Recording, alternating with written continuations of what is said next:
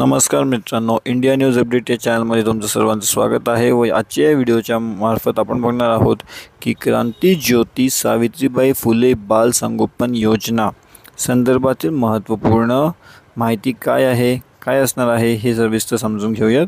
तर मित्रांनो, या योजनेअंतर्गत ज्यांना एक पालक आई किंवा वडील नसतील किंवा एकच पालक असलेली मुलं असतात, ज्यांना दर महिन्याला 2250 देण्यात येणार आहेत। या योजनेचा लाभ घेण्यासाठी विशिष्ट कागदपत्रांची आवश्यकता आहे, जसे की आधार कार्ड, शाळेचे प्रमाणपत्र, पालकांचा मृत्यू प्रमाणपत्र, उत्पन्न प्रमाणपत्र इत्यादी।